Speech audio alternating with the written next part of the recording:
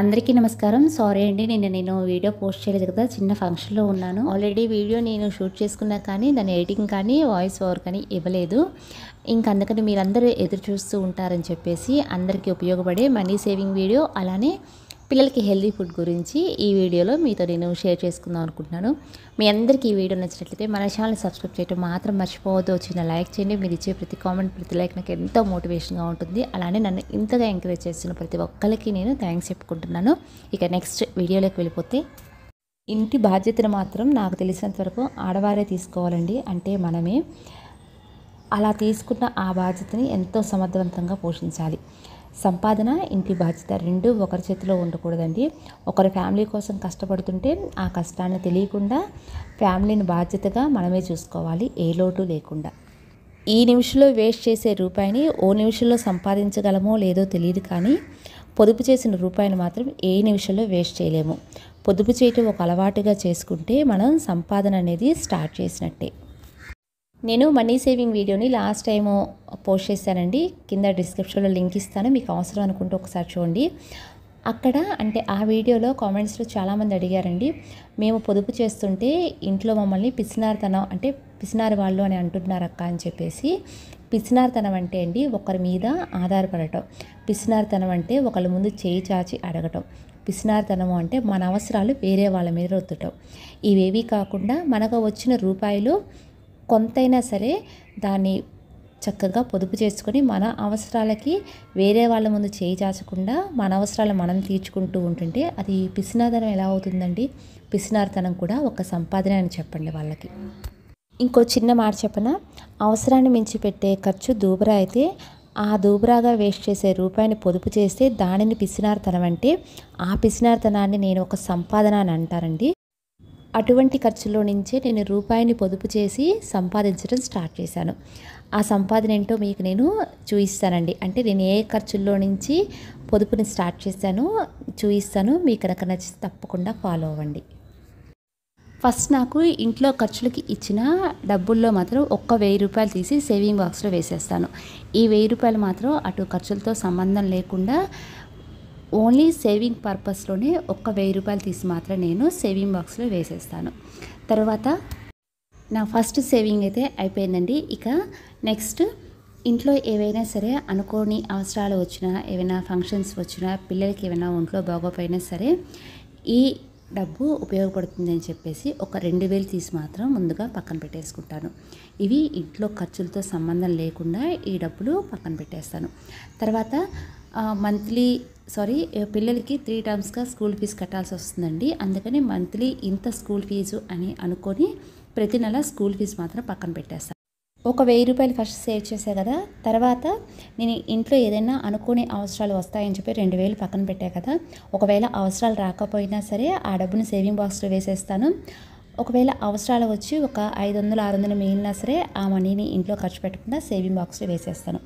ఇక ఇప్పుడు మాత్రం ఇంట్లో ఖర్చులు చూస్తానండి. అవేంటి అంటే హౌస్ రెంట్ అవ్వచ్చు, కరెంటు, గ్యాస్, వాటర్, పాలు, గ్రోసరీస్, బియ్యం, పెట్రోల్, మెడిసిన్స్, రీఛార్జెస్, ఏవైనా ఫంక్షన్స్ వచ్చినా, cable bill, school fees, auto fees, tuition fee, vegetables, ఇలా ఏవైనా సరే ఒక బుక్లో రాసుకొని టైంకి మాత్రం కరెక్ట్గా ఇచ్చేస్తాను.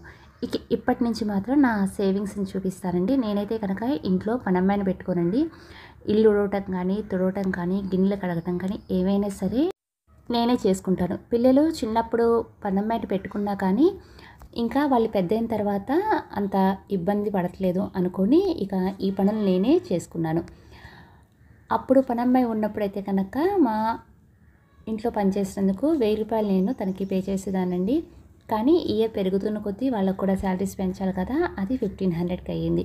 ఇంకా పిల్లలు ఎలానో పెద్దోళ్ళు అయ్యారు కదా అని ఆ పని నేనే చేసుకుంటున్నాను. ఇలా చేసుకుంటున్నా కాబట్టి ఎలా అయినా సరే పనమ్మాయి ఉంటే ఒకవేళ డబ్బులు ఇవ్వాల్సి వస్తుంది కదా అని చెప్పేసి ఆ డబ్బులను తీసి మాత్రం ప్రతి నెల 1500 నేను సేవింగ్ బాక్స్లో వేసేస్తాను. తర్వాత నేను సేవ్ చేసే నెక్స్ట్ ఖర్చు ఏంటి అంటే ఐరన్ బట్టలండి. ఇంట్లో నేను ఐరన్ చేసుకుంటాను, అస్సలు బయట ఇవ్వను. కాకపోతే కొద్దిగా ఖాళీగా ఉన్నప్పుడు లేదా ఈ డ్రెస్ అవసరమో అనుకున్నప్పుడు మాత్రం వెంటనే నేను ఇంట్లోనే ఐరన్ చేసేసుకుంటాను. అవి నా బట్టలు అవ్వచ్చు, పిల్లల బట్టలు అవ్వచ్చు, మా వారి బట్టలు అవ్వచ్చు.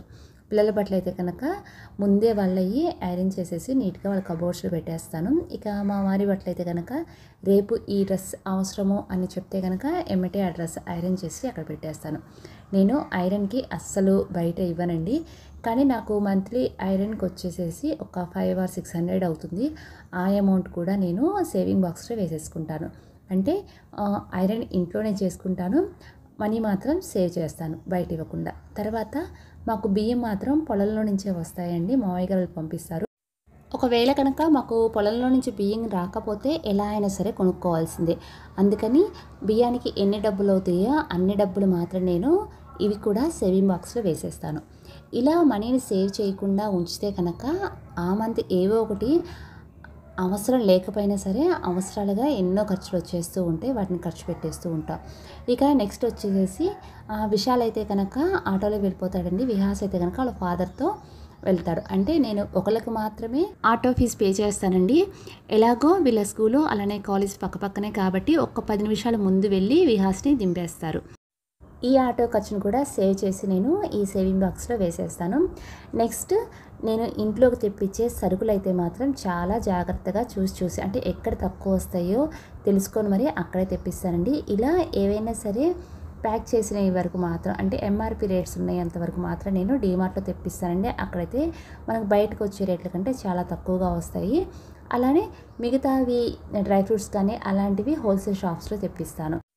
అంటే సరుకులు మనకు వచ్చిన రేటుకి అలానే ఎంఆర్పి మీద ఉన్న రేటుకి మధ్య ఆ ఫిగర్ ఉంటుంది చూసారా, అంత అమౌంట్ ఎంత ఉందో అన్నిటి మీద చూసేసి ఆ అమౌంట్ను కూడా నేను సేవింగ్ బాక్స్లో వేసేస్తాను. నెక్స్ట్ పిల్లలకి ట్యూషన్ ఫీజ్ అండి. ఇది అందరికీ ఉండే ఖర్చేనండి. దాదాపుగా నేను పిల్లల్ని ట్యూషన్కి పంపించండి.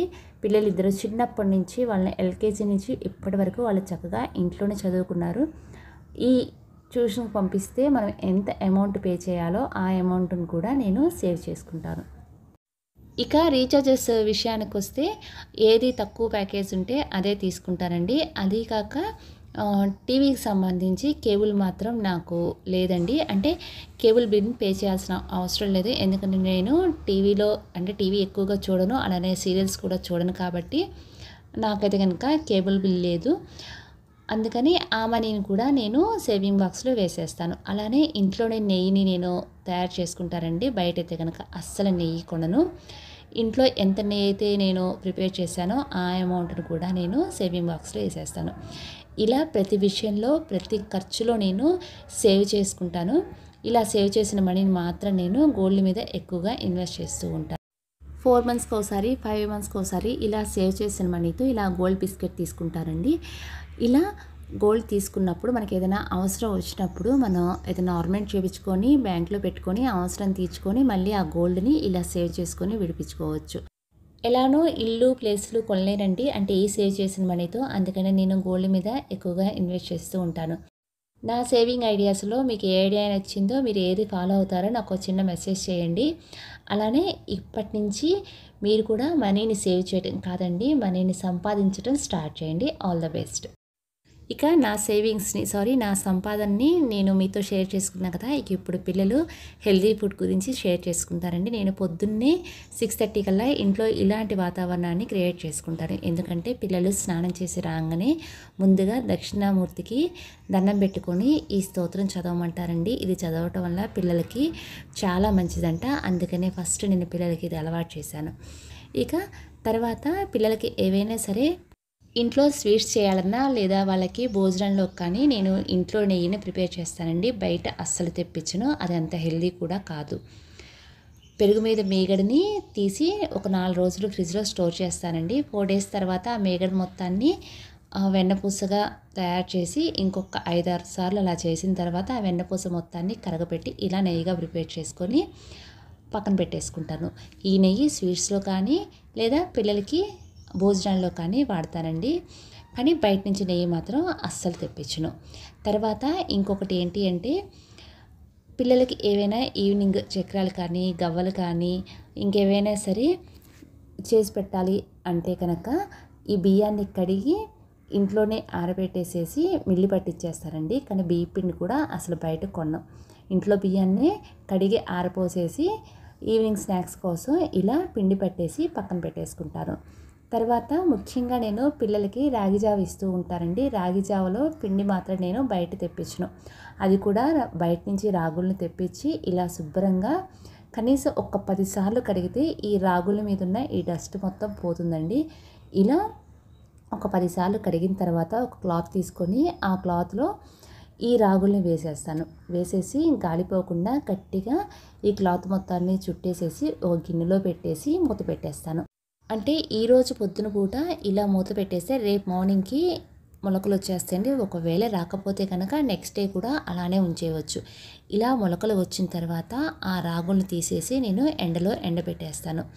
ఇలా ఎండిపోయిన రాగుల్ని మాత్రమే నేను పిండి పట్టించేసి పిల్లలకి రాగి జావగా వాడతాను.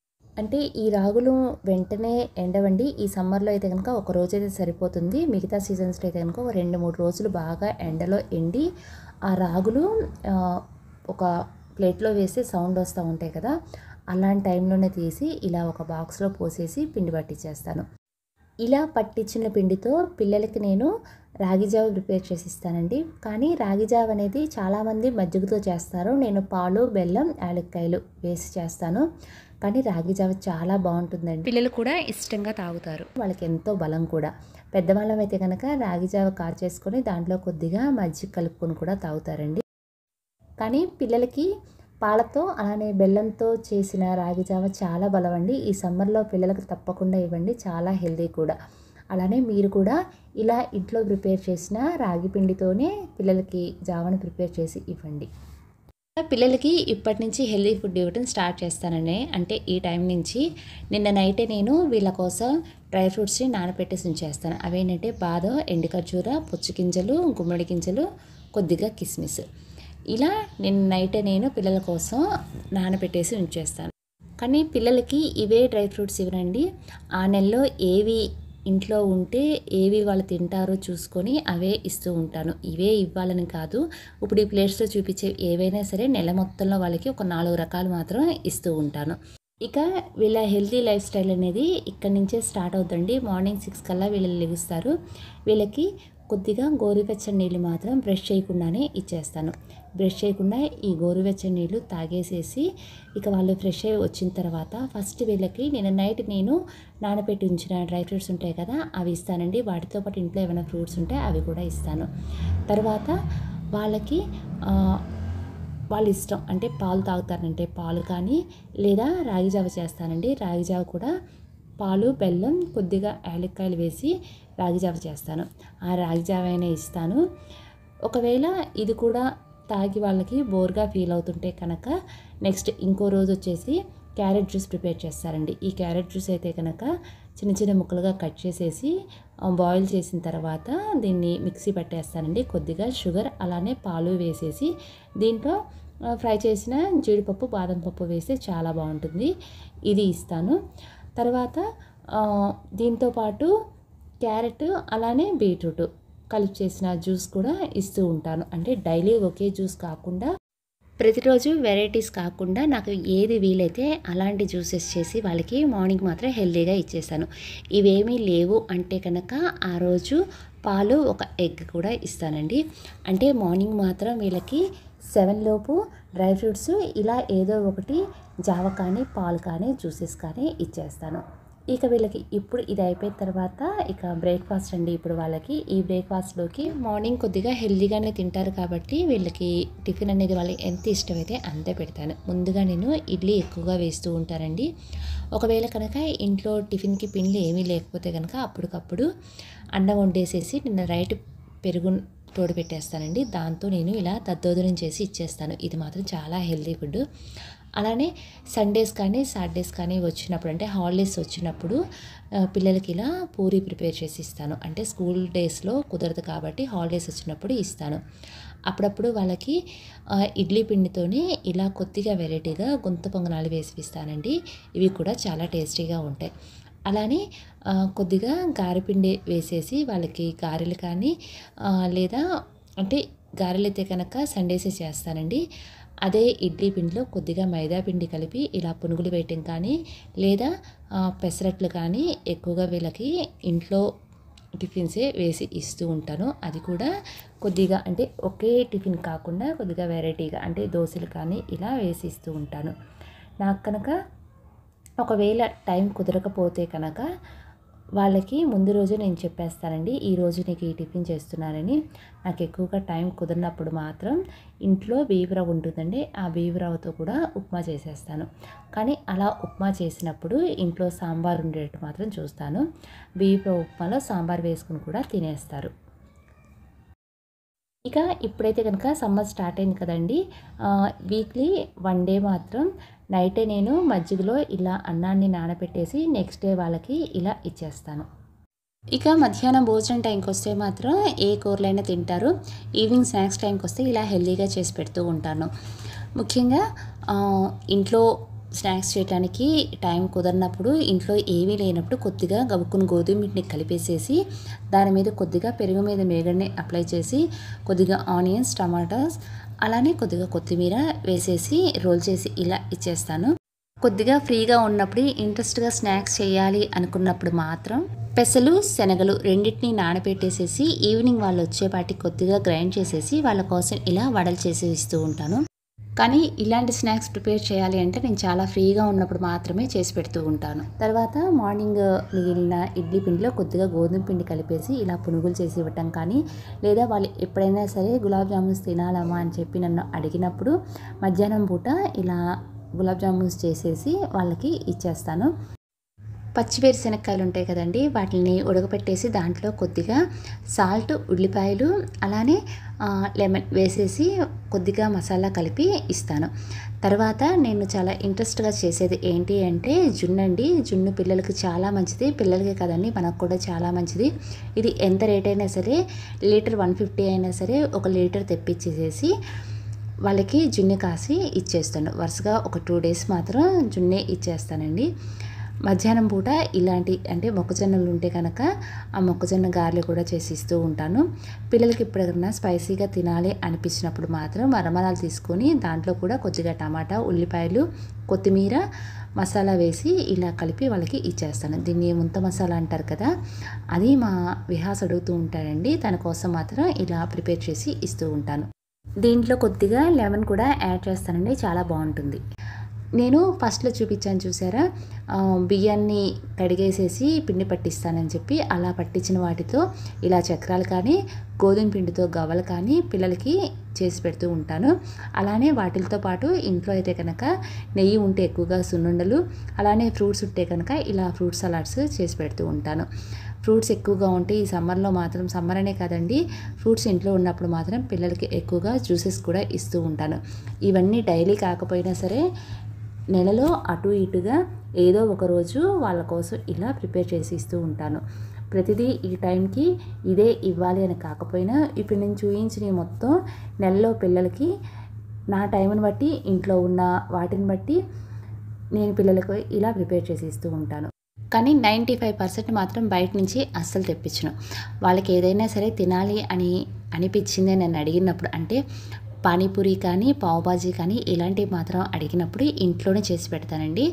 కానీ ఎప్పుడైనా ఆటో రానప్పుడు వాళ్ళ ఫాదర్ వాళ్ళిద్దరిని తీసుకొచ్చేటప్పుడు మాత్రం బయటికి వాళ్ళకి కావాల్సిన ఐస్ క్రీమ్స్ కానీ ఇంకేమైనా వెరైటీస్ ఏమైనా బయట తినొస్తారు. కానీ అస్సలు పానీపూరి మాత్రం బయట పెట్టించను. ఇక స్నాక్స్ అయిపోయినాయి కదా, నైట్ అయితే కనుక ఎప్పుడన్నా భోజనం వద్దు అని చెప్పేసి చపాతీ మాత్రం అడుగుతారండి. అంటే మేము వారాలు ఉన్నప్పుడు మాత్రం చపాతీ అడుగుతూ ఉంటారు, లేదా సండేస్ టైంలో మాత్రం చికెన్ ఉంటే కనుక చపాతీ అడుగుతారు. అప్పుడు అవి చేసి పెడుతూ ఉంటాను. పిల్లలకైతే మాత్రం నేను ఇలా హెల్తీగా ఇంట్లోనే ప్రిపేర్ చేసి పెడుతూ ఉంటాను. మీ అందరికీ ఈ వీడియో నచ్చినట్లయితే మన ఛానల్ సబ్స్క్రైబ్ చేయడం మాత్రం మర్చిపోవద్దు. వచ్చిన లైక్ చేయండి, ఓ మంచి కామెంట్ చేయండి.